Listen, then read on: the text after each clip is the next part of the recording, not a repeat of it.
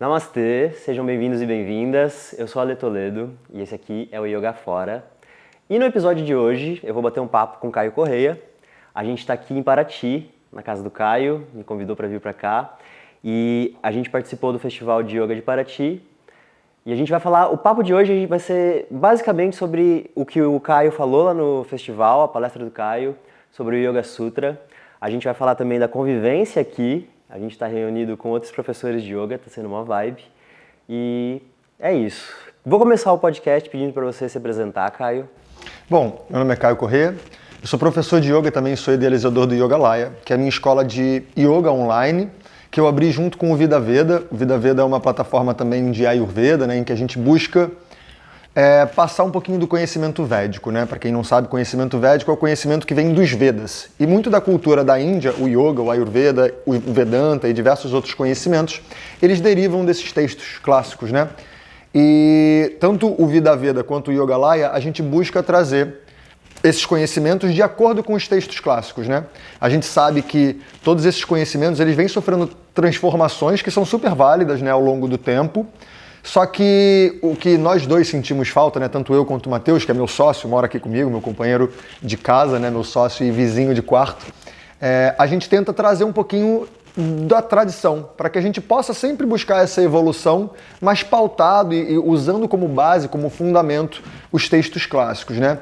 Então, dentro do Yogalaya, eu tento passar bastante do texto clássico do yoga, que é o Yoga Sutra, de Patanjali, né? Patanjali é o sábio que sistematizou, que recolheu todo o conhecimento que vinha sendo feito, pelo menos é isso que a gente acredita, né, do yoga, e sistematizou num livro pequenininho que a gente chama de Yoga Sutra, e que lá a gente, pelo menos o que a gente chama do yoga clássico, é onde está a base, onde está a essência do yoga, né? E eu tento trazer tanto a parte prática como a parte conceitual baseado nesse texto, né? Fundamentalmente. Eu também uso alguns outros textos, como o Bhagavad Gita e Hatha Yoga Pradipika, que são outros textos bem importantes assim dentro do yoga, mas eu diria que o fundamento principal que eu tento trazer na escola é o Yoga Sutra. E é um livro que eu me apaixonei, que mudou minha vida completamente, então é realmente algo que me transborda, vamos dizer assim, porque todos os dias eu leio ele, eu recito e me aprofundo e faço curso e converso com o meu professor e converso com meus alunos, então é um texto que faz muito parte da minha vida. E é isso, o Yogalaya partiu de uma proposta nossa de tentar levar o yoga, vamos dizer assim, sem fronteiras, né? Eu fui muito relutante durante um bom tempo de trazer o yoga de maneira online, porque aprendi de maneira presencial e, né, entendo o valor do presencial, mas quando a pandemia veio e a gente veio que foi obrigado a migrar para o online, eu vi como existe uma forma boa, segura e interessante de transmitir o conhecimento do yoga de maneira online e podendo atingir muito mais gente, né? Esse artifício da internet, ele proporciona a gente a atender pessoas no mundo inteiro. A gente ainda tem a limitação da língua, né? Eu passo tudo em português, mas eu tenho alunos em diversos países, então isso é muito lindo.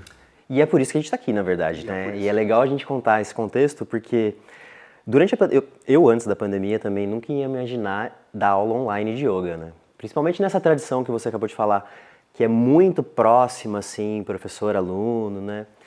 E o mundo online aproximou uma galera, né? Do tipo, eu não conhecia você pessoalmente antes desse final de semana, mas a gente começou a se conectar pela internet, assim como outros professores que eu convidei aqui para o podcast também. E o fato da gente se conectar pela internet fez com que a gente estivesse aqui esse final de semana. Então, a história desse final de semana foi a seguinte: convidei o Caio para participar de um podcast, convidei o Matheus também para participar desse podcast e estou fazendo de forma online também, né? Cada professor está num canto.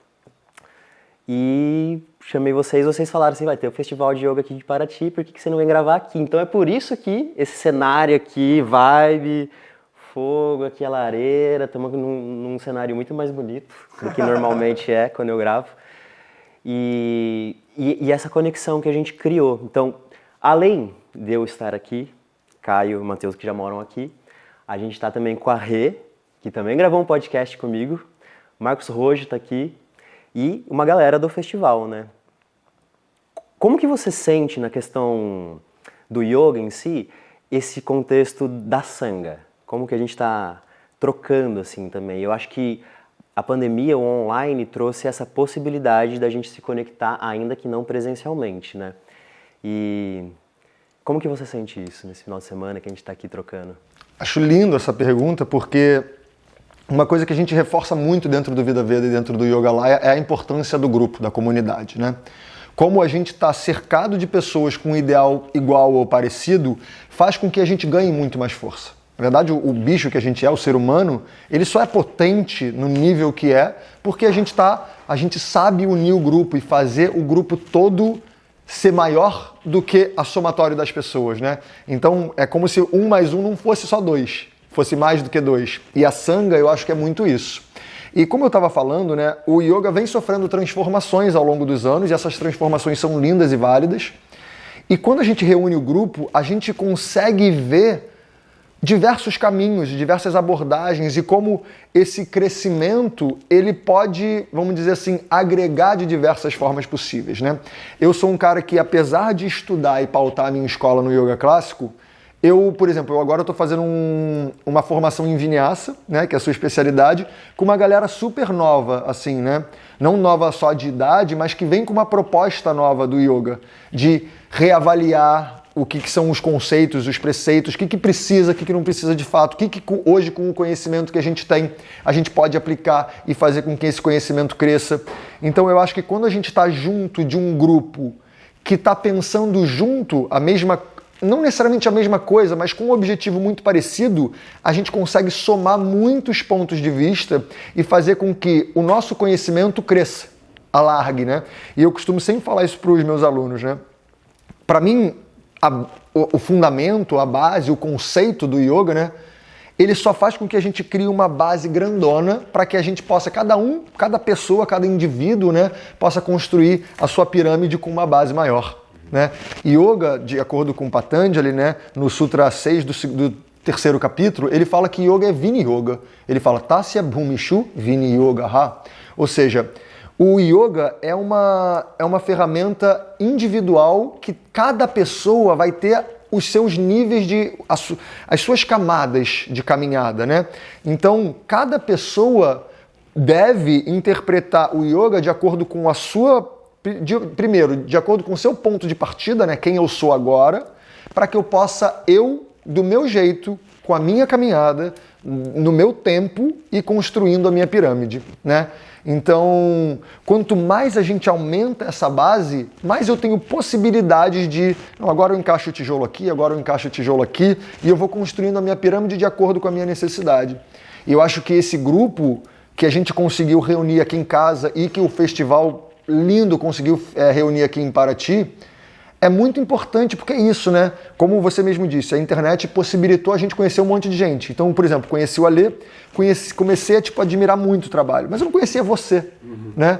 E não sabia exatamente como você pensava. Eu via o conteúdo que você postava, né? Mas aqui a gente tem a possibilidade de trocar muito mais. E com isso, eu me engrandeci muito nesse fim de semana. De conteúdo, de amizades, de comunidade, né? E essa sensação de comunidade é muito interessante porque traz uma sensação até de segurança, né? Eu me sinto muito mais seguro de saber que eu estou depositando as minhas expectativas, o meu conhecimento e o meu esforço total num caminho que eu estou vendo, eu consigo ver pelo grupo que estamos juntos. Eu estava sentindo, agora, esses tempos atrás, eu estava conversando com a minha namorada sobre como o caminho também, pelo menos para mim, a minha sensação, assim, o caminho do online me fez ficar um pouco isolado também ali. Tipo, eu tô dando a minha aula na minha sala, então eu gravo na sala, eu dou as aulas na sala, quando tem grupos de estudo é na sala, tipo, tá tudo ali. E eu não tô não tô dando aula numa escola, tô só ali, em casa mesmo, né? E dá uma sensação de tô caminhando solitário. E estar aqui com vocês esse final de semana é muito gostoso por causa disso também, né? De estar trocando, igual você falou, de aprender, né? De estar nessa troca real aqui, né? Pegando na pessoa, poder tocar, abraçar e sentir, né? Porque aquilo que a gente vai colocando também no Instagram acaba que é uma faceta nossa ali, né? Quando a gente está trocando, conversando, acordando junto, comendo junto, a troca é outra, né? O lugar de diálogo, de troca, de sensação faz a gente crescer muito mais e se apoiar mesmo, nesse apoio mútuo, assim, que eu sinto falta às vezes no online, pelo menos pra mim, eu sinto isso. Não sei como que você tem sentido. Então, eu acho que depois da pandemia, né, que a gente acabou entendendo o online, muita gente migrando para o online, por exemplo, eu, você, né, a gente migrou para o online, mas falta, né, como eu falei, a gente é um bicho de comunidade, a gente é um bicho de grupo. E eu também estava muito, como você disse, né? Eu estava tudo dando aula online, eu estava querendo me isolar, comprei uma casa, um sítio no interior, antes de vir para Paraty eu estava em Minas, numa cidade menor do que Paraty, muito isoladão lá, me sentindo super bem. Mas ao mesmo tempo, é mais fácil de eu ir criando um caminho meio sozinho, né? Quando a gente está isolado, às vezes a gente não percebe para onde que a galera está indo, né? E eu acho que depois que abriu, assim, que a gente teve a oportunidade de começar a circular e utilizar a possibilidade que o online traz, mas também usufruir do toque, da proximidade do presencial, eu tenho visto como uma possibilidade muito linda e muito rica, né? Hoje em dia, então, eu dou aulas online, a minha principal fonte de aula, assim, é o online, mas eu estou cada vez mais buscando retiros, né? Buscando possibilidade de reunir grupo, que é diferente um pouquinho do que eu vivia quando eu dava aula em escolas, que era sempre o mesmo grupo na mesma sala, né? E isso que a gente está vivendo agora no Festival de Paraty, e a gente recebe pessoas aqui no sítio para fazer retiros, a gente dá retiros em outros espaços também, isso faz com que a gente consiga criar vários grupos. E esses vários grupos, eles vão se reforçando de maneira muito rica. Mas eu acho que isso dá para ser online também, né? A gente consegue criar diversos grupos dentro do online, porque, por exemplo, imagina que eu quero parar de comer carne, tá? Um exemplo qualquer, bobo. Se eu só estiver andando com pessoas que comem carne, é muito mais difícil, né? Porque eu vou estar um dia, mas será que eu não queria comer? Mas está todo mundo querendo comer, me oferecendo, eu sei que é gostoso, né? É muito mais difícil de parar. Se eu estou num grupo de pessoas que querem parar também, a gente se apoia. Eu falo, galera, hoje eu estou com uma vontade de comer carne, né? Aí você fala assim, eu também tô, cara. Mas vamos tentar não comer nessa refeição, a outra a gente vê. E aí a gente vai junto e a gente se apoia. E quando a gente vai criando grupos com interesses afins, a gente tem recursos de apoio, né? E cada vez mais eu sinto que o online ele permite a gente, que é exatamente o que você falou, é o que aconteceu aqui, né? Conheci você, conheci o Marcos, conheci a Ju, todo mundo que está aqui em casa, a Rê, todo mundo que está aqui em casa eu conheci online. E eu comecei a ver, cara, tem uma galera aqui que conversa muito com o que eu faço, que a gente está circulando. Vamos fazer esse encontro acontecer, né? Tipo, o online permite a gente possibilidades de encontros que a gente não teria, né? E é muito interessante. É, por exemplo, que nem aplicativos de relacionamento, né? A gente tem possibilidade de conhecer pessoas que talvez eu não conheceria. O meu irmão é casado com uma mulher que ele conheceu no aplicativo de relacionamento, que é incrível como eles se encaixam. Eles nunca se conheceriam. Eles moravam em cidades diferentes, né? E essa possibilidade de eu partir de um lugar distante, eu vejo só uma superfície, eu vejo só, né, uma faceta, como você mesmo disse, mas eu posso começar a ter um interesse e buscar o aprofundamento. Que eu acho que, inclusive, pulando um pouco o assunto aqui, mas que eu acho que é um gancho bom, o yoga tem muito isso, né? Às vezes a pessoa vai interessado no asana. Ela vê ali, tá querendo mudar a forma física dela, tá querendo fazer algum tipo de atividade física.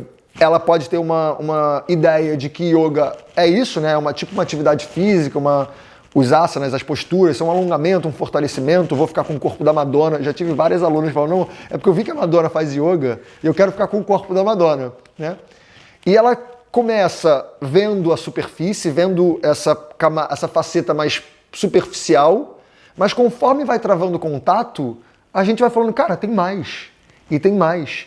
E aí a gente pode ir tendo oportunidades de aprofundamento e do tipo assim, deu match. Vamos se encontrar?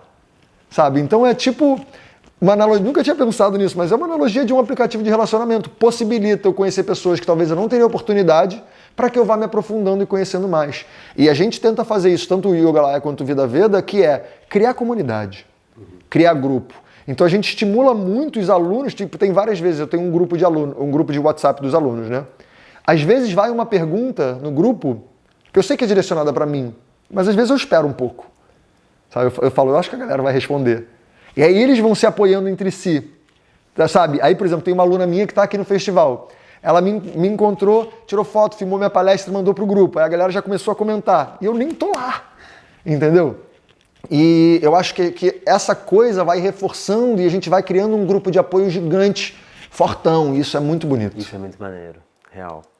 Vamos pegar o gancho então, porque eu assisti sua palestra no festival e o Yoga Sutra é um texto bastante estudado dentro do yoga.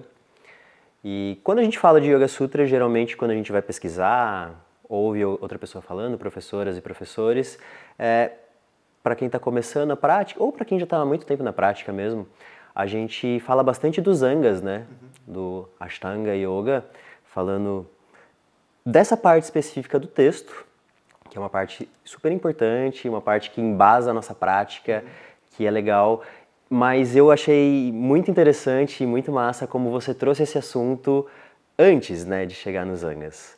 Como você apresentou o texto, apresentou algo que é muito presente na nossa vida, algo que a gente deveria praticar e que vem antes dos Angas. Então eu queria que você falasse um pouquinho da sua palestra, que eu não lembro exatamente o nome da palestra, mas falasse um pouquinho do texto, para quem está chegando que nunca ouviu falar de yoga, nem sabe o que é o Yoga Sutra, e como é a sua visão antes de chegar nos Angas, né? O que a gente, no caminho, no nosso sadhana do yoga, esse caminho que a gente percorre de autoinvestigação, de autoconhecimento, o que você pode trazer que o Yoga Sutra traz como luz pra gente? Bom, então, o Yoga Sutra é um texto que eu travei contato há muitos anos atrás, primeiro sozinho, né? Eu já tinha lido que o Yoga Sutra era o texto mais importante, era o texto clássico, eu falei, pô, então tem que ler esse texto. Aí eu peguei para ler e entendi tipo 0. Li, porque é um texto muito pequenininho, né? São 195, de acordo com algumas tradições é 196, mas é um detalhezinho pequeno, mas é o mesmo texto. É que tem um sutra que em algumas tradições eles dividem, em outras eles mantêm junto. Né? Na minha tradição a gente considera 195. Mas é muito pequenininho, é um folheto. Né? O Mateus, inclusive, ele brinca pra caramba, porque ele estuda o Ayurveda, que são vários textos gigantes. Ele fala, não, isso aí que vocês estudam é um folheto. Eu falo, é um folheto, mas é um folheto para a vida toda, né? Que a gente pode passar a vida toda estudando. Mas enfim, eu estudei uma vez sozinho, aí depois eu fiz um primeiro curso sobre o Yoga Sutra com uma escola, com uma vertente, e que foi porque foi um curso muito curtinho, né? Era um curso, se eu não me engano, de 3 meses, uma aula por semana, então era muito poucas horas, assim, era como se fosse uma introdução, e era muito bizarro, porque era tipo assim, temos 5 minutos por sutra.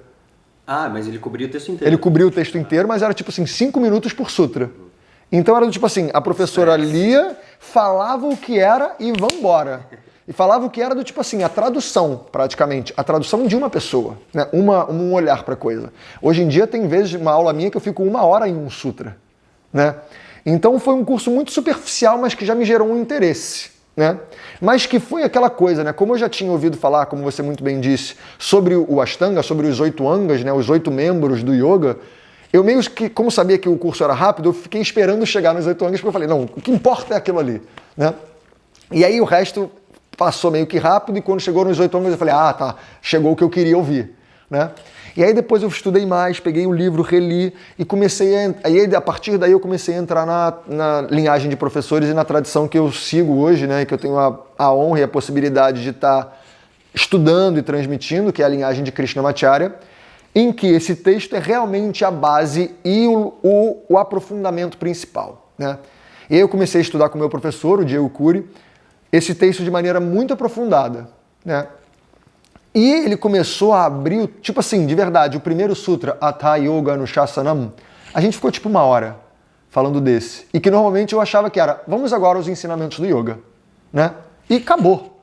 E ele trazia tantas camadas de conteúdo ali por trás. É como se cada palavra fosse uma chave para um conhecimento que a gente abre a porta e tem um negócio gigante de possibilidades de interpretação e de conhecimentos que a gente tem que tentar trazer para a nossa prática, né? E no sânscrito tem muito disso, né? Tipo, de uma palavra você vai na raiz dela, que vai em outro lugar, que leva É lindo. a vários significados. Né? Exato. E aí eu comecei a ver que, tipo assim, primeiro, é um texto muito prático. É quando a gente entende, pelo menos sobre a perspectiva que meus professores trazem, é um texto que realmente ele é muito útil para o dia a dia da nossa vida, porque quando a gente vê os 8 membros, né, a gente pensa naquela coisa muito, tem uns conceitos aqui que são os yamas e niyamas, né, que eu tenho que tomar cuidado, tem a parte das técnicas e depois vou meditar ali para que eu me ilumine. É meio que essa a ideia que a gente pensa, né? E que tem isso lá, de fato. E a gente, inclusive, dentro dessa minha linhagem de professores, a gente chama que isso é o coração. É o coração do yoga. São os 8 membros. É o coração do Yoga Sutra. Mas até eu chegar no coração, eu tenho que entender um monte de coisa que está por fora. O coração está lá no fundo, né? E quando eu comecei a ver essa aplicação na minha vida diária, de verdade, assim, porque a gente ouve muito falar, né, do yoga fora do tapetinho, o yoga fora do tapetinho. E eu comecei quando eu comecei a me aprofundar nesse lugar, eu comecei a ver, cara, pode crer, faz muito sentido. E nessa minha linhagem de professores, a gente chama o Yoga Sutra de o mapa da mente. Porque diferente do que muitas pessoas pensam, o texto, ele fala muito sobre a mente, ele fala muito pouco sobre técnica. Por exemplo, são 195 sutras, né, que são como se fossem... existe uma tradução de aforismo ou verso, né? São traduções que chegam perto, mas o sutra tem uma característica, tem 6 características especiais, mas enfim, nem forma frase necessariamente, né? São palavras, é como se fossem bullet points. Sabe quando a gente faz uma apresentação de PowerPoint, que a gente bota só uns ganchos ali para que a gente lembre? O texto é meio que assim. E eu comecei a entender que se eu observar esse texto de maneira prática, eu começo a entender como funciona a minha mente, né? E não só as técnicas, por exemplo, asana, tem 3 sutras que falam de asana. 2, na verdade, e o terceiro fala sobre o resultado. Tem 8 sutras que falam de pranayama. Faltam 180 e tantos. Eles falam de quê? Né? E eles falam muito sobre como a nossa mente funciona. E assim, é bizarro, Alê, porque eu dou esse curso para um monte de gente. E é impressionante como ele é universal e atemporal. O texto foi escrito, a gente não sabe a data exata dele, mas existem especulações de século 2, 3, 4 antes de Cristo até século 3, 4 depois de Cristo, né? Existe um gap de tempo aí que a gente não tem como precisar exatamente, mas que é um texto que, imagina, era numa época em que a sociedade vivia completamente de outra forma. Na Índia, outro rolê, outra cultura, funcionava tudo diferente. Mas tudo que está escrito lá serve para mim hoje, 2023, igual. Porque ele fala do funcionamento da nossa mente, dos gatilhos, das causas de sofrimento, como eu vou tropeçar, e depois que eu tropeçar, como é que eu faço para sair? E aí ele fala, vai tropeçar de novo, vai dar tudo bem. Aí a gente sai por aqui, a gente vai criando primeiro um entendimento do funcionamento da mente, para que a gente possa atuar. Porque uma coisa que eu vejo muito a gente fazer é, eu quero mudar a minha mente. Eu quero mudar os meus hábitos, eu quero mudar como eu estou interagindo com o mundo. Mas eu nem me conheço direito. Eu não sei como é que funciona a mente. Como é que eu vou transformar algo que eu nem sei como funciona?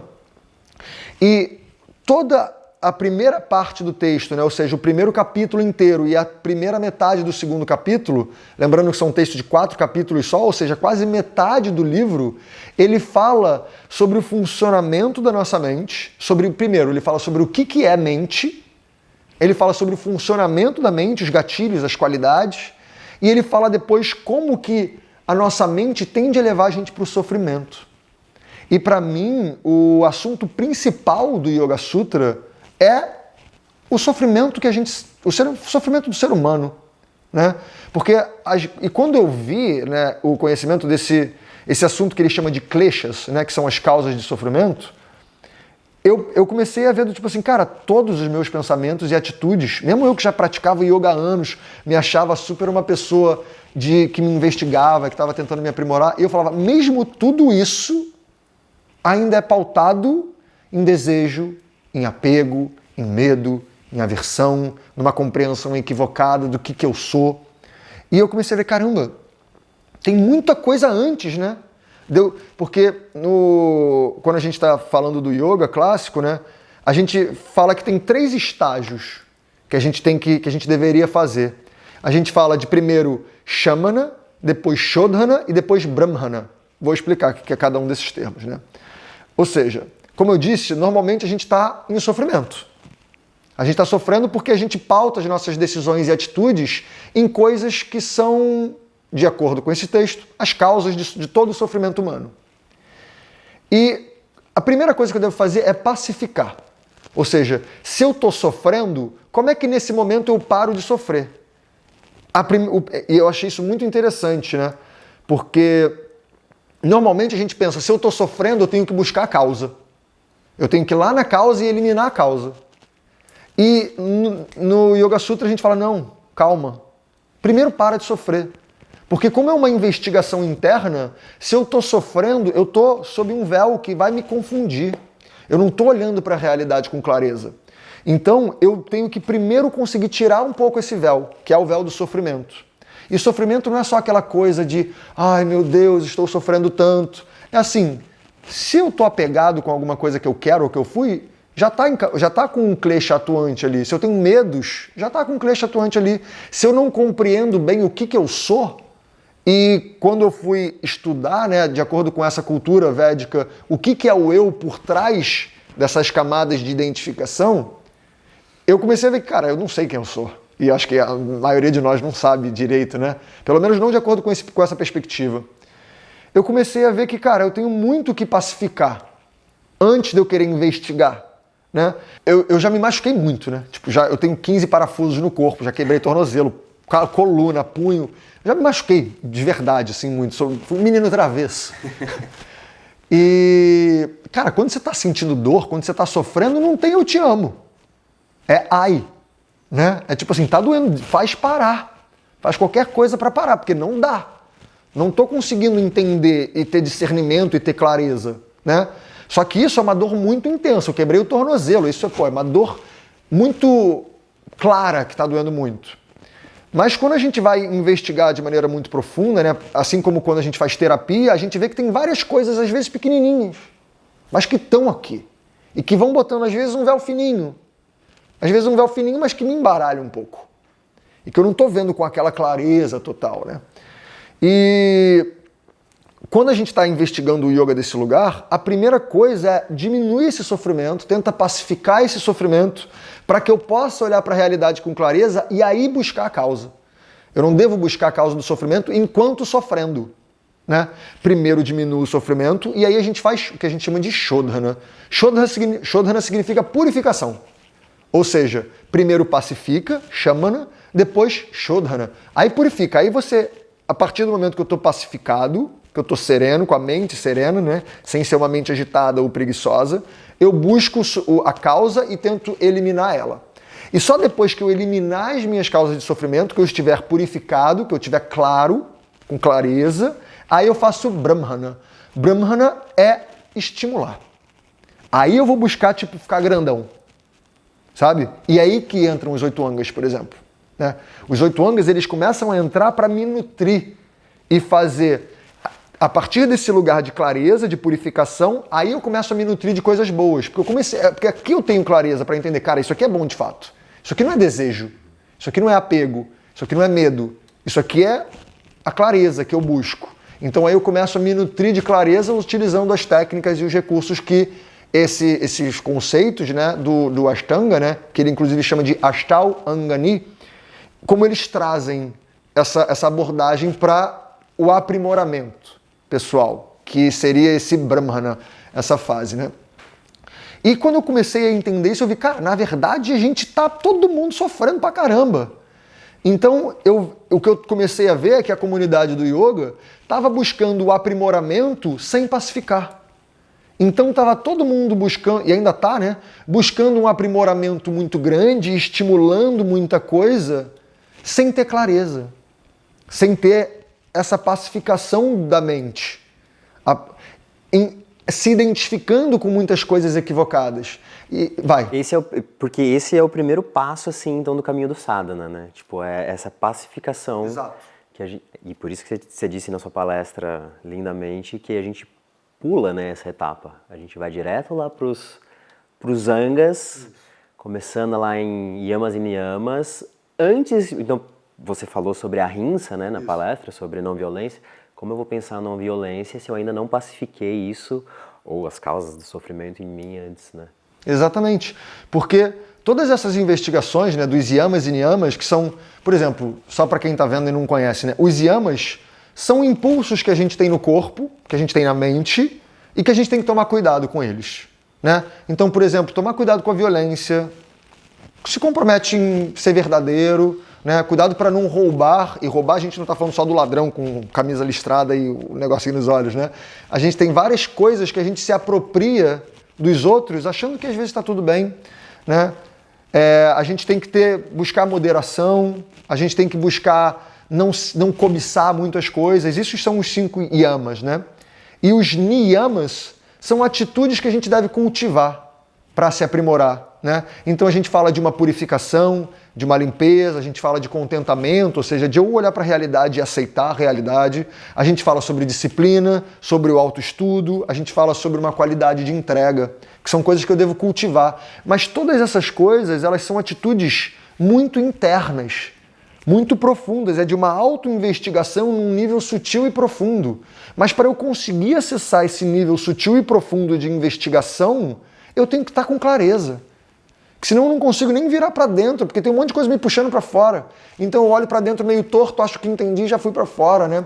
Por exemplo, essa investigação da não violência, que é o primeiro yama, a primeira coisa que o Patanjali fala sobre esse Ashtanga, né? Sobre os 8 membros do yoga, isso é tipo a base de tudo, né? É uma investigação muito fina, muito sutil, muito delicada, para que a gente possa realmente entender, primeiro, eu estou sendo violento comigo? Porque muitas vezes a gente pensa, não, porque eu não vou ser violento, porque eu não posso... Aí eu já vi muito isso, né? Uma roda de professores de yoga, aí a galera sai para almoçar, aí todo mundo pede lá os seus pratos vegetarianos e veganos e tal, e aí uma pessoa pede um prato de frango. Aí todo mundo, mas você está infringindo a ahimsa. Ou seja, todo mundo começa a ser violento com o outro, falando de não violência. Então, essas investigações que a gente faz, elas são coisas muito sutis e profundas que a gente só vai realmente conseguir fazer se a gente tiver uma possibilidade, né, de auto-investigação. E que normalmente a gente não tem, a gente está com a mente ofuscada, a gente está com a mente turva por causa de sofrimento. E a gente, quando a gente vai entrar nesse estudo, né, tem o ciclo do sofrimento, tem o ciclo do karma. E fora que assim, só um parêntese, né, o meu professor ele sempre fala porque Patanjali é uma mãe, né, porque ele pega e ele explica a coisa com tanto cuidado, é tão lindo o texto. Os meus alunos, eles até falam que assim, eles até falam não, mas eu vejo, né, que é interessante, porque todo sutra eu falo não, porque esse sutra, ele é especial, ele é diferente. Aí vem o próximo. Aí vem o próximo, exatamente. Porque é de um primor didático, né, e nós, né, como professores, a gente vê como uma boa didática faz toda a diferença. E eu venho de uma família de professores, meu pai é professor, meu irmão é professor, meus tios professores, meu primo é professor. Então, a gente tem muito essa coisa em casa, né? Da didática, da importância da didática, da importância de você não só ter o conhecimento, mas você saber passar de uma forma que agregue, né? Patanjali tem uma didática tão clara e tão fácil que quando eu começo a explanar o livro assim, né, para os meus alunos, eles falam, cara, é simples, né? É simples, mas não é fácil. Deixando muito claro, não é fácil, mas é simples. De acordo com essa proposta que Patanjali traz, é tudo tipo assim, são 5 causas de sofrimento, são 5 os movimentos da mente, a mente funciona em níveis e em qualidades, são 6 níveis e 5 qualidades, é tudo tipo assim, cabe no dedo das mãos. E fala de cada uma depois. E fala assim, de cada um. Não o texto, né? Porque o Yoga Sutra, como eu falei, ele é como se fossem os marcos, os bullet points, assim. Mas a gente pauta muito o aprofundamento nos comentaristas, né? Nos principais comentaristas. A tradição védica ela é muito assim, normalmente. Porque imagina, antigamente, 3.000 anos atrás, não tinha uma copiadora, não tinha uma impressora, né? Então a forma de você transmitir o conhecimento era memoriza isso aqui. Então, por exemplo, o Yoga Sutra é um texto que a gente trabalha memorizando a minha linhagem de professores, né? A gente decora o texto. A gente decora o texto sutra por sutra e, na verdade, é cantadinho, né? Porque quando a gente canta é mais fácil de decorar. E eu lembro daquilo, mas eu lembro daquela coisa pequenininha para poder me aprofundar. E aí o que esses principais comentaristas, eles fizeram o papel para a gente de, agora deixa eu escrever tudo aqui. Então tem o principal comentarista desse texto, que a gente chama de Vyasa, mas Vyasa não é um nome, né? Quer dizer, pode ser que seja. Título. Exatamente, é um título que ele significa mais ou menos compilador. Reunidor, né? Sei que essa palavra não existe em português, mas é como se fosse isso, né? É alguém que pega e organiza a coisa. Tá? Então o Vyasa, do Yoga Sutra de Patanjali, né, o principal comentarista, ele pega e ele aprofunda. Né? Então cada sutra tem os comentários de Vyasa. Então essa reunião do sutra principal com os comentários é o que pauta todo esse nosso conhecimento. A gente até, existem alguns sábios, alguns estudiosos, né, que acreditam que eles já eram inclusive contemporâneos. Ou seja, acredita-se que o Vyasa, do Yoga Sutra, ele conviveu, talvez, com Patanjali. Tá? Então ele teve essa interpretação partindo dessa convivência. E ajuda muito a gente aprofundando. Porque se você pegar o Yoga Sutra, não vai ter dizendo quais são os 5 níveis da mente. Ele fala, por exemplo, as causas de sofrimento estão lá, escritas, as 5, né? Os movimentos da mente estão lá. Mas o que é mente? Quais são os 6 níveis da mente? Quais são as 5 qualidades da mente? Isso foi Vyasa que trouxe, tá? É só porque, se você for olhar o livro, não tem, né, essa parte. Isso vem tudo do comentário. A gente chama de bhashya, que são os comentários, né? Os comentários desses textos clássicos. Então, tudo isso vem explicado de uma maneira muito organizada, que quando a gente olha para isso, é como se fosse um leque fechadinho e o leque, ele se abre, assim, eu consigo ver, caramba, tem essa parte, tem essa parte, tem essa parte, tem essa parte. Então eu consigo entender de maneira muito clara como que eu consigo ir fazendo passo por passo. Quais são os passos que eu devo fazer, né? Porque a gente fala, vamos diminuir os movimentos da mente, né? A gente tem aquela frase clássica, né? Yoga Chitta Vritti Nirodha, que muitas vezes é traduzida como o yoga é a cessação dos movimentos da mente, ou é parar os movimentos da mente, cessar as flutuações da mente. Só que, porra, que é isso? Como é que para a mente? Porque tenta parar aí. Senta lá, bonitinho. Mãozinha aqui em formato de concha, tal, Shiva, Mudra e tal, fica lá. E a mente não para, não. Então, a gente começa a olhar para esses movimentos que a gente acredita, na minha visão, de maneira um pouco equivocada, que é para parar. A gente começa a olhar, cara, eu não vou necessariamente parar o movimento, mas eu vou meio que dar um passo para trás dele. Os movimentos estão aqui, normalmente eu estou identificado com eles, né? Eu acho que o que eu estou pensando representa o que eu sou, é eu pensando. E aí quando a gente vai lendo esses textos, eu falo, cara, não é eu, tem a mente. E aí, deixa eu ver. Aí você vê lá sua mente super agitada, aí você, deixa eu olhar para essa mente agitada. Aí você fica lá, pode crer, minha mente está agitada. E não que eu vou parar ela, mas eu consigo, tipo assim, fica aí então. Você vai ficar, você discutindo com você mesmo, fica aí enquanto eu vou ficar observando. Né? Então são ferramentas que a gente começa a ter para compreender o que é mente. E de acordo com o yoga, a mente é a ponte através da qual eu interajo com o que está manifesto, com tudo aquilo que é manifesto, que é manifestação. Então, para a gente no yoga, pensamento é manifestação. É como se fosse um objeto. Emoção é uma manifestação, é um objeto, é prakriti, né, que a gente chama. Então, tudo aquilo com o que eu interajo passa por um viés da mente. Então a mente, ela é a ponte. Então eu tenho que entender o que é essa ponte, como é que eu atravesso essa ponte, quantos quebra-molas ela tem, se tem buraco, se não tem, por onde que eu faço o caminho. Né? A gente está vindo aqui para casa, tá completamente alagada. Né? Alagada não, mas está com lama, né? Tá atolando os carros aqui da galera, né? E, tipo assim, a gente começa a entender, não, para eu passar aqui eu preciso de um carro 4x4. E tem esse caminho aqui que é melhor, cuidado com aquele trecho. Aquele trecho é um trecho mais, né, turbulento, assim, pode ser que seu carro derrape, então nele você vai devagar, aciona a tração de uma forma diferente. Então eu vou entendendo como percorrer esse caminho e quais ferramentas eu preciso para percorrer esses caminhos. E é isso, né? E quando a gente começa a ver e entender o funcionamento da mente, todo mundo tem mente. Todo mundo precisa entender essa ponte. E a gente às vezes ignora a ponte. A gente quer chegar lá no resultado sem entender como eu atravesso. E quando eu travei contato com esse conhecimento, com essa abordagem, com essa visão do conhecimento, isso mudou minha vida. Tipo, absolutamente. A partir do momento que eu travei contato com esse conhecimento, eu falei, puta, é isso. Deixa eu dar vários passos para trás. Deixa eu dar vários passos para trás e deixa eu começar a entender do tipo, com o que eu estou interagindo? É com a realidade ou é com a minha mente? E se a gente for reparar, normalmente eu estou interagindo com a minha mente. Né? Quando você está falando comigo, eu já estou pensando no que eu vou responder. Né? Você começa a falar, eu já fico assim, não, acho que ele está respondendo isso porque eu tenho esse conhecimento, que tal. E a gente fica fazendo isso o tempo inteiro. Enquanto está por você aqui, na minha frente. E às vezes eu estou interagindo muito pouco com você, porque eu estou interagindo comigo.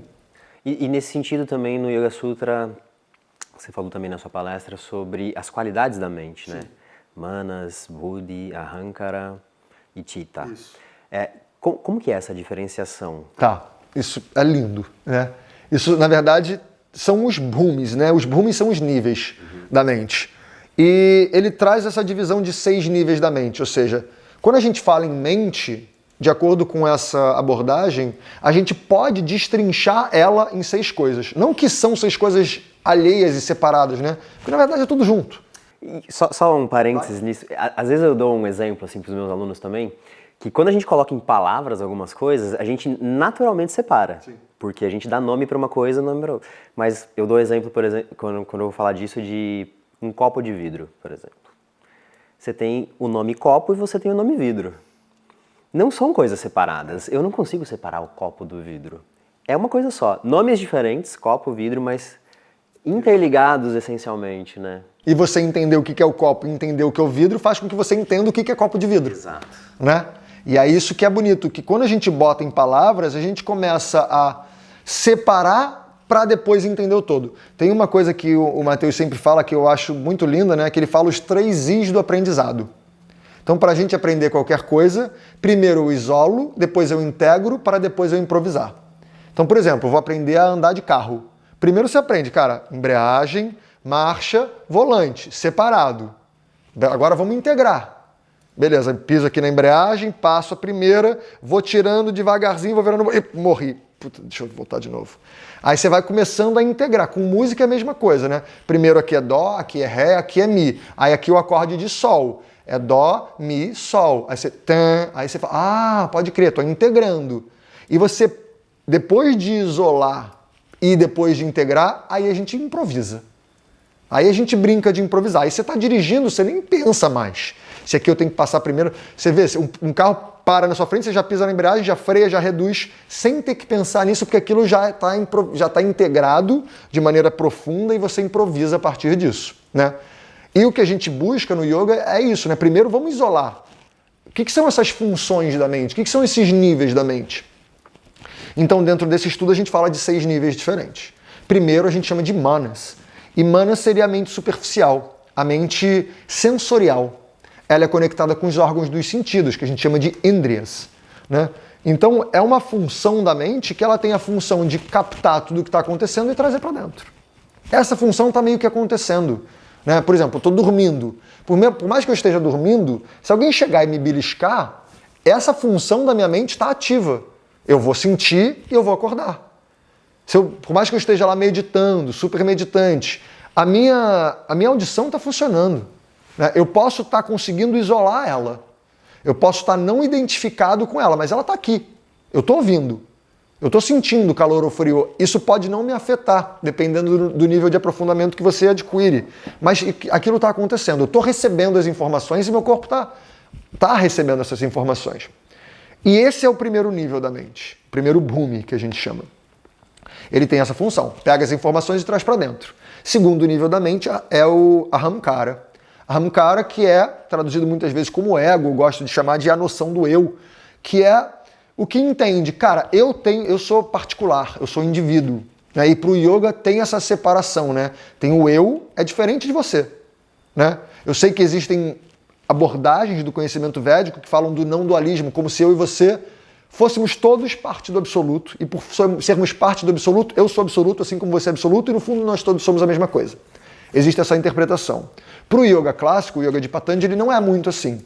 A gente entende que eu sou diferente de você, e eu tenho a minha experiência e você tem outra experiência, independente do que vai acontecer depois e do que aconteceu antes. Nesse momento, eu tenho a minha experiência. E nessa minha experiência, o que chega para mim, eu sinto de um jeito. Provavelmente, na verdade, certamente diferente de você. Né? Então, quando a informação chega para mim, esse ahamkara, essa noção do eu, ela faz um discernimento. Eu gosto, eu não gosto. Eu quero ou eu não quero. Né? Isso é bom ou isso é ruim para mim. Né? E tem essa função. Sempre que eu travo contato com alguma coisa, o meu corpo, essa função da mente, interpreta, julga. E julgar não no sentido ruim. Né? E eu acho interessante, por exemplo, que o egoísmo, né? Por exemplo, eu não acho ego uma palavra ruim. Ego a gente tem. Né? E o egoísmo que é o problema. Que o egoísmo é o quê? É eu querer que o que eu sinto, você tenha que sentir também. Aí você está em egoísmo, né? Aí você está querendo impor para o outro a sua percepção, os seus discernimentos, os seus julgamentos. Mas beleza, a segunda função da mente tem o segundo nível da mente tem essa função, discernimento, julgamento e interpretação. E aí depois a gente vai para o terceiro nível da mente, buddhi, a capacidade cognitiva, o intelecto, que é o que pega essas informações e organiza. Organiza, bota em caixinhas, reúne, mixa elas juntas, né? Faz elas todas se cruzarem, se conectarem, para que eu consiga criar argumentos, criar narrativas, né? E para que eu consiga ir criando um arcabouço, um acervo de conhecimento que vai moldando a minha forma de interagir com algum tipo de conhecimento. Então essa capacidade cognitiva, buddhi, ela sempre depende de conhecimento armazenado, ou seja, passado. Ela está sempre se utilizando do passado, do que eu já experimentei, para organizar, botar isso tudo de uma maneira que eu consiga compreender para que eu possa manifestar. Tá? Então é isso que a gente chama de racional, né? O ser humano é racional muito por causa dessa capacidade cognitiva de buddhi. E esses três níveis da mente são os níveis mais superficiais, mais voltados para fora, mais externos. E a gente começa a falar de yoga a partir dos três níveis mais internos. Que quando a gente fala de yoga, a gente começa a brincar de yoga, de acordo com essa interpretação, partindo desses três níveis mais internos. Né? Tanto que ele fala Yoga Chitta Vritti Nirodha. E Chitta é exatamente o primeiro nível mais interno. Seria o quarto bhumi, o quarto nível da mente, mas ele é o primeiro nível interno, que é o que a gente chama de mente-coração. Né? A gente apelida carinhosamente de mente-coração. E eu gosto muito de trazer essa brincadeira, porque é isso, né? Quando eu falo eu sou, eu bato aqui no peito. Eu falo assim, eu sou. Não é eu sou, né? É eu sou. E muitas vezes a gente não permite acessar esse lugar do que esse nível da mente, que é um nível mais profundo, se manifeste, porque eu fico travado na minha interpretação, nesse movimento da mente, nesse nível da mente, que é o nível racional, o nível intelectual. Né? A gente muitas vezes fica cheio de dúvida, fica com confusão pela quantidade de informações que tem. Sendo que, na verdade, o que o presente está me oferecendo, eu tenho uma sensação que ela normalmente mora aqui no peito, né? Ou é uma sensação gostosa, que normalmente é ou é uma sensação esquisita, que é fechadinha. Né? E isso a gente sente, querendo ou não, sabendo ou não, com um conhecimento sobre o assunto ou não. Alguém fala uma coisa pra mim, vem um troço aqui. Tipo assim, isso aqui, cara, sei não. Não sei se é bom ou se é ruim. Não sei se isso aqui, não sei se eu vou pra lá. Ou se eu vou pra cá. Na verdade, assim, aqui sabe, né? Então, assim, se alguém me fala uma coisa, eu falo, pô, pode crer, isso me dá motivação, isso faz o meu peito vibrar gostoso, né? A gente chama isso de intuição. Pra mim, como eu gosto de traduzir, a forma como o Chitta interpreta o mundo é através do que a gente chama de intuição. Tem coisas que às vezes eu sinto. Né? A gente fala, cara, não sei porquê, mas acho que pra lá é melhor do que pra lá. Apesar da minha razão querer me direcionar para lá, sinto que hoje é por aqui, né? Só que muitas vezes a gente pensa, faz o menor sentido eu ir por aqui, vou seguir o que faz sentido, fazer sentido nesse lugar de o que é racional, né? Sendo que para o yoga, que a gente busca uma interação profunda com o presente sem dispersões e sem interrupções, a gente precisa ouvir mais o coração, né? A gente precisa ouvir mais a nossa intuição e precisa saber manifestar a nossa intuição de maneira mais constante, mais vezes na nossa vida, porque a gente acessa lapsos de intuição. E a partir desse lugar da mente que a gente começa a brincar de yoga, de acordo com esse texto. E depois tem outros 2 níveis ainda mais profundos e ainda mais conectados com o presente, que a gente chama de mente pratyaya, que é uma mente fluida, ou seja, a partir do momento que eu aprendi a interagir do coração, da minha essência com a realidade, eu consigo fluir. E essa mente pratyaya é uma mente fluida, uma mente que não fica muito questionando, né? É uma mente que o que se apresenta na minha frente, eu entendo, interpreto, as minhas funções mais superficiais da mente estão atuando igual, só que eu consigo sentir, julguei, encaixei, organizei, senti no coração e a partir disso tudo, de maneira muito orgânica, eu fluo com o que o meu coração orienta. E por último tem a mente sattva, né, que é uma mente mais... Essa conexão está tão profunda e constante que esse movimento ele acontece de maneira constante. E a gente entra nesse... Sattva muitas vezes é traduzido como equilíbrio, como luminosidade, né? Então a gente está tão conectado com o presente que esse nosso fluxo é junto. Assim como a vida está caminhando, eu sou vida também, eu estou junto com a vida. E a gente vai andando lado a lado, de mãozinha dada, né? E isso para mim é o primeiro... Quando eu dou aula, é a primeira coisa que eu falo, né? Eu falo, cara, vamos começar a entender o que é a nossa mente. E aí os alunos já começam a perceber, né? Tipo, caramba, pode crer, eu tô sentindo aqui, né? Eu tô sentindo o calorzinho da lareira, mas essa minha mão tá mais fria. E a gente começa a entender, isso aqui eu gosto, isso aqui eu não gosto tanto, isso aqui me faz bem. Então eu começo a entender, cara, pode crer, manas, ahamkara, e eu começo a organizar, pode crer, aqui tá mais quente porque tem fogo. Já tô acessando minha memória, a memória já é parte de buddhi, né? E aí, o que meu coração sente disso? Como é que eu tô sentindo esse momento? Esse momento tá bom. Esse momento é o momento que eu quero estar. Esse momento é o momento com o qual eu quero interagir. E a gente flui. Basicamente é isso. Mas assim, dá pra gente ficar horas e horas e dias falando. Falando muita coisa aqui. E você falou aqui de uma partezinha pequenininha do Yoga Sutra que tem muita coisa ainda para ser estudada. Você faz esse tipo de estudo com seus alunos na plataforma. Como que funciona? A minha plataforma online, hoje em dia, ela é o que eu sempre sonhei como escola, né? Eu até estava contando para vocês hoje, né, saindo do nosso almoço. Eu sempre procurei uma escola que me proporcionasse do tipo assim, não é aquela coisa, eu paguei para fazer aula 3 vezes por semana, 1 hora por dia, valeu, namastê, tchau. Né? Eu estava procurando, cara, mas e se eu quiser estudar mais? Posso ficar aqui? Não, vai para casa. Volta depois. E eu sempre procurei um lugar que tivesse espaço e possibilidade de, cara, quem quer se aprofundar, vamos junto, tá aqui, eu tô aqui aberto, a hora que você quiser, vamos estudar, vamos ver junto, né? E aí, para mim, né, assim como para minha linhagem de professores, o Yoga Sutra é um texto básico, fundamental. Então, dentro da escola, a gente estuda o Yoga Sutra de maneira cíclica. Né? A gente vai no texto até o final, acabou, começa de novo. E geralmente quanto tempo dura isso? Geralmente 1 ano. Né? E é muito interessante que o último sutra, o Sutra 34 do último capítulo, do 4º capítulo, ele linka com o 3º do 1º capítulo. Então, o texto mesmo ele faz esse movimento de volta, tipo, chegou até aqui, garotão? Volta lá pro começo. Revisa isso aí. Revisa isso tudo, porque você já mudou. Então, você já tem que revisitar. Então, dentro da minha escola, eu trago esse estudo de maneira constante, porque eu já estudei esse texto várias vezes, e para mim ele continua fazendo sentido, então eu acredito que isso para os meus alunos é importante também. Então, a gente tem, além do estudo do Yoga Sutra de maneira constante, e das aulas práticas, né, de técnicas, asana, pranayamas, essas coisas, eu também gosto de trazer um estudo, eu tenho uma aula que eu chamo de cultura védica. Porque, o que eu vejo muito, né? A gente aprende o yoga, aprende esses textos, aí fala sânscrito, aí faz mantra pra Ganesha, um monte de coisa. Mas eu não necessariamente entendi por que essas coisas são do jeito que são. Então, quando a gente não entende a cultura de onde veio a coisa, a chance dessa verdade virar dogma, virar uma verdade absoluta, que eu brigo por ela, sem entender que pode ser diferente para mim e para você, né? É muito grande. Então o que eu tento sempre é trazer, cara, esse conhecimento ele veio desse lugar, onde as pessoas pensam dessa forma, viveram desse jeito, que tem uma origem desse lugar. Então, por exemplo, nessa aula de yoga de cultura védica, né?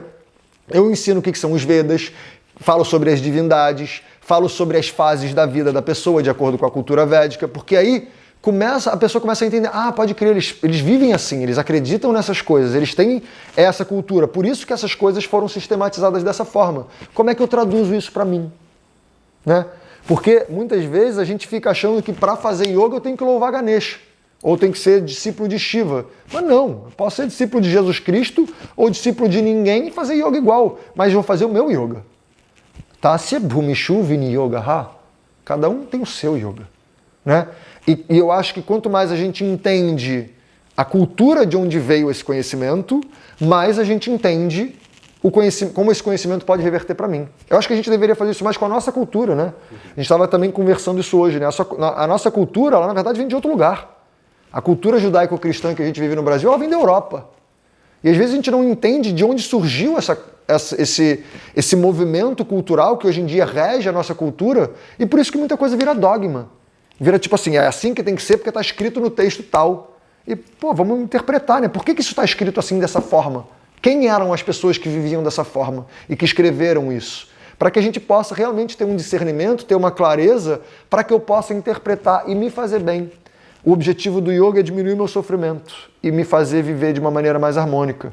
Então, eu tento trazer isso de maneira constante nas aulas, e eu trago até nas aulas práticas também. Eu sempre busco trazer um conceitinho do Yoga Sutra ou um conceitinho da cultura, para que as pessoas usem o momento de interiorização, né, a prática de asana, de pranayama, para que aquilo vá assentando, vá ressoando e ela vá assimilando as coisas.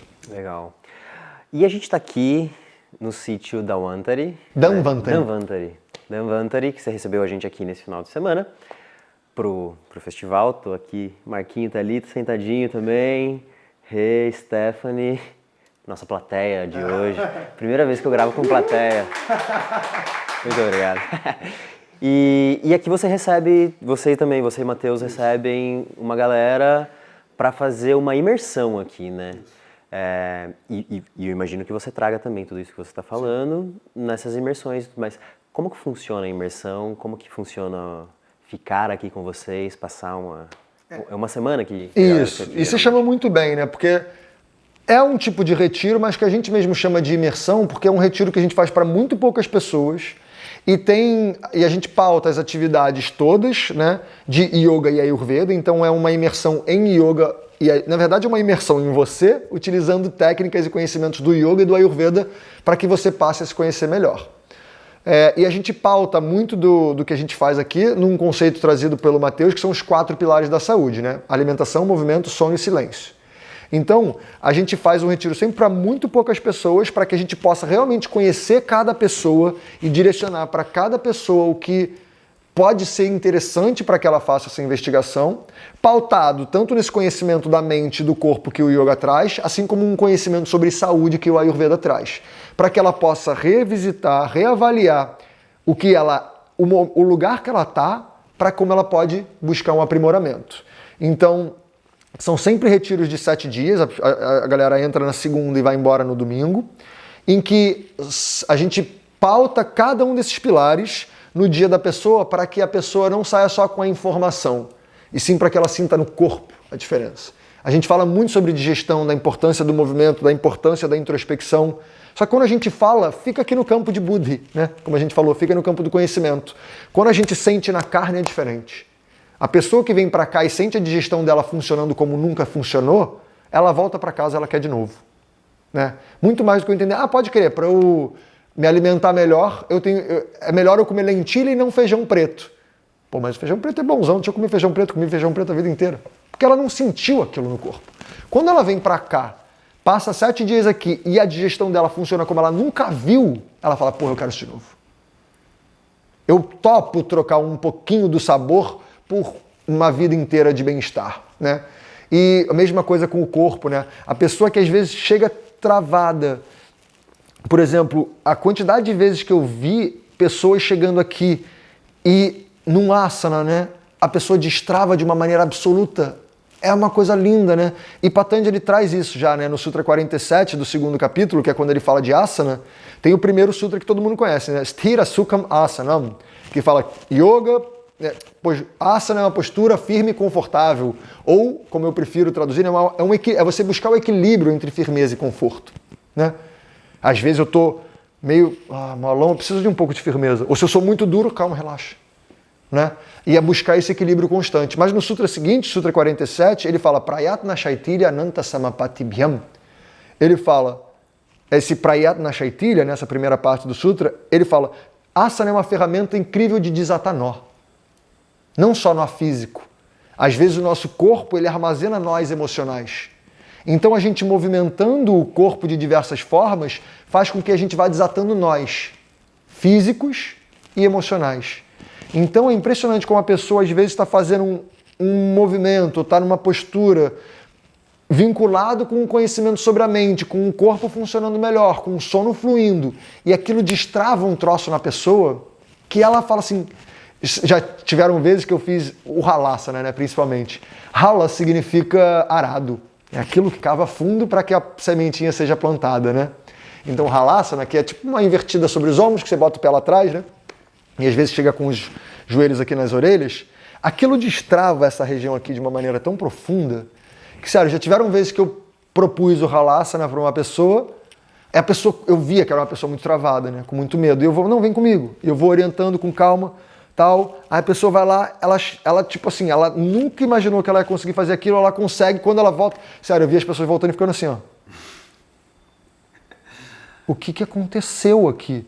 Porque às vezes são nós que estamos há tanto tempo no corpo que a pessoa não sabe de onde vem, mas destravou. Então, e quando a pessoa sente isso, do tipo assim, cara, eu relaxei. Não sei como nem porquê, mas eu quero isso de novo. Eu quero isso, eu não quero ficar aqui travadão. Eu quero, tipo, porra, tá bom, né? E aqui a galera tem a oportunidade de fazer isso de forma imersiva no meio da natureza, desconectada daquela rotina louca que a gente fica, né? Exatamente. E eu acho que é isso que é o essencial, porque traz o lugar do sentir, né? Porque às vezes a gente pode até tentar fazer alguma coisa quando a gente está na nossa rotina, mas por ser alguma coisa às vezes muito pontual, por exemplo, eu vou fazer minha prática de yoga de manhã. Fiz minha prática, aí já começa o trabalho, blá, blá, blá, blá. Aqui a galera faz a prática de yoga e depois tem um tempo, né, para perceber, para sacar, para ficar em silêncio, para ouvir. Eu acho que legal essa proposta de imersiva. Total. E a gente fala isso, porque é isso, né? Aqui é uma imersão num lugar incrível, com uma rotina que é a rotina que a gente considera perfeita. Se você tivesse, por exemplo, todo o dinheiro do mundo, não precisasse trabalhar, como é que você pode ser o mais saudável possível? De acordo com o Charaka Samhita, viver 100 anos livre de doenças. Né? A gente fala, cara, é por aqui. Só que a gente sabe que não vai dar pra... A pessoa vai voltar para casa depois de 7 dias e ela vai ter que escolher algumas coisas, né? Para começar. Só que ela vai ter ferramentas para escolher. Cara, eu acho que o mais fácil e o que eu mais preciso é por aqui. Então ela volta para casa começando devagar. Começando uma transformação que pode ser muito linda, só que devagarzinho, no tempo dela, com calma. E isso que é o grande lance, né? As pessoas sempre... A gente sempre tem esse papo, né? Porque elas falam, cara, é muita coisa, quero fazer tudo, como é que eu boto isso tudo em prática? A gente fala, não. Escolhe o mais fácil e faz só o mais fácil primeiro. Quando o mais fácil estiver sendo assimilado, aí você bota mais um passo. A gente fala, é 1%. 1% por semana. Você não precisa melhorar 50%. Na verdade, ninguém está 50% ruim, né? Tipo, 50% é muita coisa. Mas você fala, cara, tipo, 1% por semana, 1% por mês é uma grande transformação. As pessoas às vezes estão sofrendo super e querem transformar a vida inteira de uma vez. A chance de você se frustrar é muito gigante. Tem uma aluna minha, né, que ela estava querendo parar de fumar. A gente conversou como e tal, e ela relatou, vivia num campo muito estressado, uma rotina muito estressada. O que eu faço? Eu quero mudar minha vida inteira, e mudar o trabalho, e parar de fumar, e tal. Falou, cara, beleza, vamos começar. Como? Toma um copo d'água de manhã. Ela falou, tá, e aí? Falei, não, só isso. Toma um copo d'água de manhã todo dia e daqui a 2 semanas a gente se fala. E o que acontece? 2 semanas depois ela chega pra mim e fala, cara, eu consegui. É muito melhor do que eu propor, vamos tentar parar de fumar? Aí vai chegar daqui a 2 semanas e ela fala, cara, não consegui. Não me importa isso tudo, não dane-se, não é pra mim isso. Então o que eu acho fundamental é muito mais importante a sensação de eu conseguir do que tentei e não deu. O tentei e não deu, essa frustração é péssima para o seu processo de transformação. O eu consegui o que eu me comprometi é lindo, por menor que seja. Pequenas transformações durante um longo tempo são lindas. E para que a gente tem pressa, bicho? A gente às vezes está vivendo, o Matheus fala muito sobre isso, né? Às vezes você está gerando um problema ao longo de 15 anos, em 2 semanas você quer mudar. Porra, não precisa, né? Calma. A gente tem muita vida pela frente, né? E eu tenho 36 anos, né? Eu falo, cara, eu estou no 1/4 da vida. Para mim eu quero viver até 140. Porque eu acho que a medicina vai evoluir para isso. Eu acho que dá. Acho que dá mesmo. Mas vamos com calma. Eu não preciso querer viver 140 e a partir de hoje eu sou todo perfeito. Eu tenho que cada dia mudar um pouquinho. Cada dia aprimorar um pouquinho, um passo de cada vez, né? E é o que eu falei na palestra também. A gente, para caminhar, tem que dar um passo. Tem que dar o primeiro passo. Só que para caminhar mesmo, você também tem que desapegar, né? Você tem que dar o primeiro passo e saber tirar o pé de trás e dar um outro passo. E você tira o pé de trás e dá um outro. Por isso que Patanjali mesmo fala, né? Ele fala Abhyasa Vairagya Tan Nirodha, no Sutra 12 do primeiro capítulo.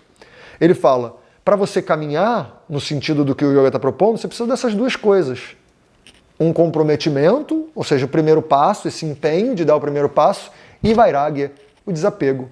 Então, quando a gente está querendo fazer essas transformações, né, o que eu vejo em que a gente peca é que a gente, como a gente está sofrendo, né, a gente quer resolver tudo logo. E o que a gente sempre fala para os nossos alunos que vêm aqui para o sítio é, cara, escolhe o mais fácil. Porque as pessoas falam, não, então vou buscar aqui, eu quero mudar minha alimentação. Só que às vezes o mais fácil para ela é melhorar o sono.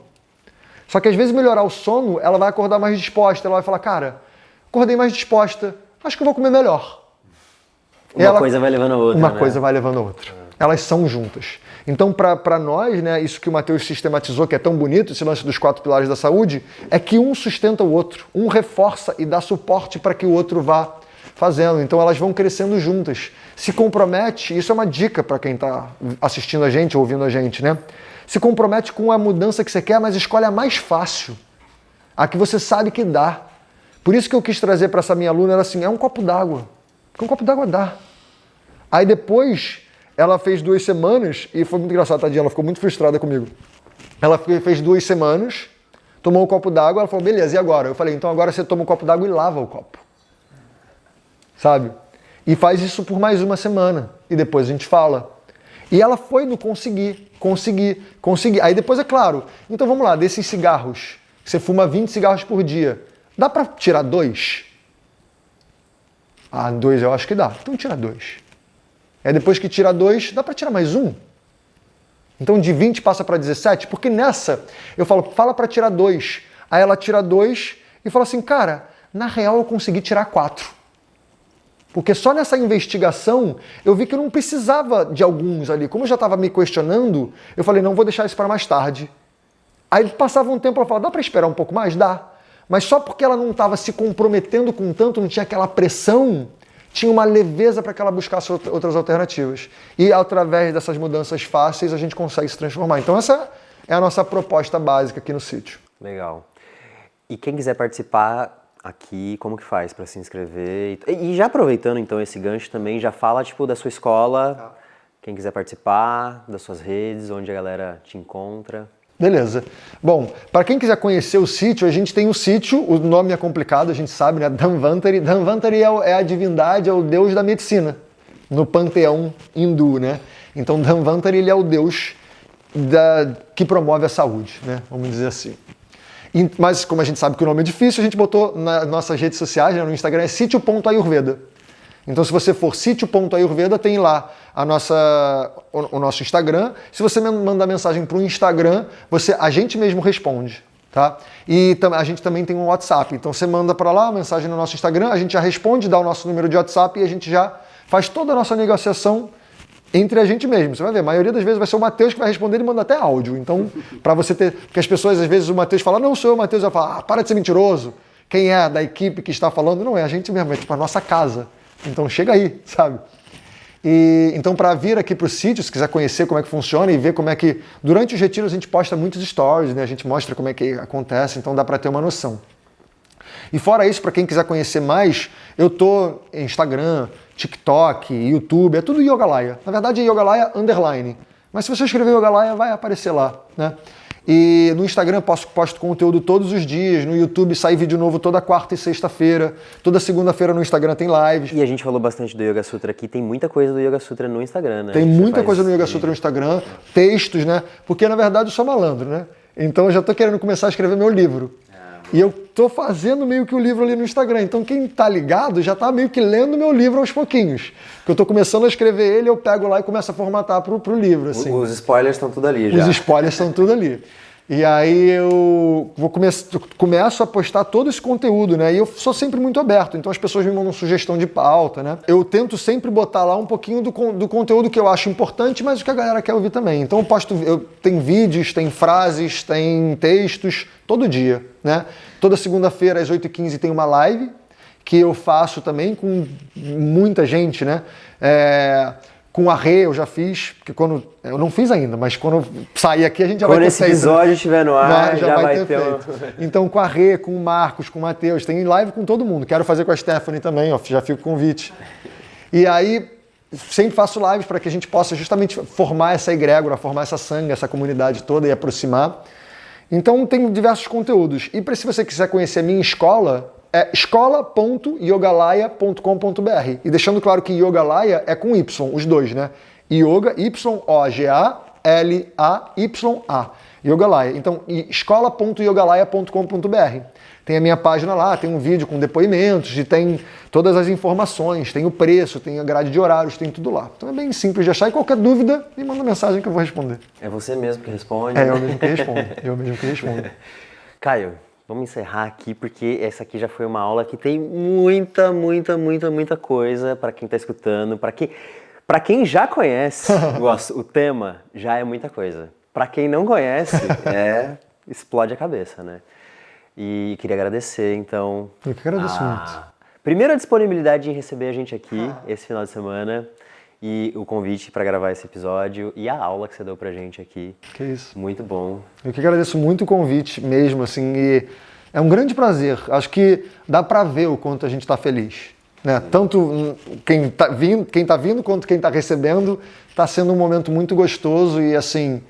E é um prazer pra gente estar trocando isso tudo, né? Eu acho que você como professor entende bem, poder falar do que ama, do que transborda é muito gostoso. Então, obrigado pela oportunidade, vamos fazer mais. Vamos sim, vamos marcar. E é isso aí, galera. Então a gente encerra aqui o nosso episódio de hoje com o Caio. Já vou gravar um com o Matheus também. Já vai ter outra pessoa aqui do mesmo lugar falando. Agora, o primo, né? Vamos trazer um primo, né? O Ayurveda para o podcast. E se você gostou desse episódio, deixa o seu like aí, avalie a gente no Spotify, no Deezer, seja lá onde você estiver escutando. Se você está vendo no YouTube, deixa um comentário aqui, se tem dúvida também, manda aí. Vai ser um prazer responder. E é isso. Obrigado. Valeu demais. A gente se vê na próxima. Namastê. Valeu. Uhul!